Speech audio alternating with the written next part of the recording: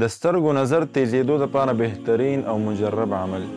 مسلمانانو ورونو په دې نننۍ ویډیو کې به انشاءالله تاسو ته زه یو داسې بهترین او مجرب عمل ښیم چې په هغې سره به الله رب العزت ستاسو د سترګو نظر تیز کړي، یا د سترګو متعلق چې څومره پریشانیانې دي، بیماریانې دي، د هغې په برکت سره به الله رب العزت ستاسو دغه مشکلات او پریشانیانې د سترګو متعلق دا ختمې کړي. اکثر خلک رابطه کوي چې یاره جي زمونږه د سترګو نظر کم دی یا د سترګو مسله ده راته بیماري ده پکې، نو د هغې دپاره دغه ویډیو خصوصا دا ویډیو مکمل وګورئ.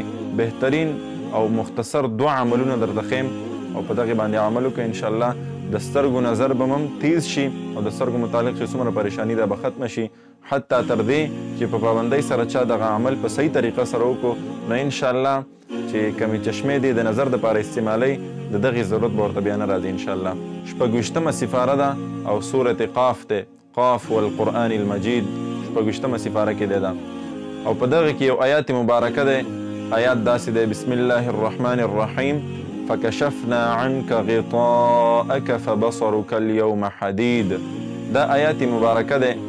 دا آیات به د هر مونځ نه پس 11 مرتبه به دی دا آیات مبارکه وی، مخکې وروستو به 3 پیرې درود شریف وی، بیا به دغه آیات مبارکه وی فکشفنا عنك غطاءك فبصرك اليوم حدید. بیا به داسې په ګوتو باندې چوف کوي، داسې به چوف کړي او په دې خپلو سترګو باندې به یې راکاږي، داسې به یې راکاږي. صحیح شو جي؟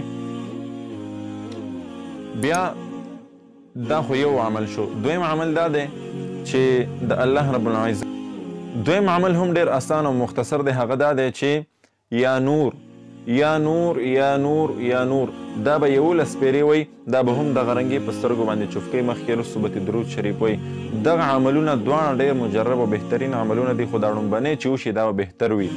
دا د قرآن عظیم الشان چې کوم آیات مبارکه دی فکشفنا عنك غطاءك فبصرك اليوم حدید، دا آیات مبارکه که وویلی شي نو دا بهتر ده، دا دی وی او په سترګو باندې چوف کوي. انشاءالله په دې سره به الله رب العزت ستاسو د سترګو نظر هم تیز کړي او ورسره چې څومره د سترګو متعلق بیماریانې دي، پریشانیانې دي، انشاءالله به ټولې ختمې شي.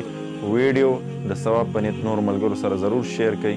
الله رب العزت دې زموږ او ستاسو حامي او ناصر شي. السلام علیکم ورحمة الله وبرکاته.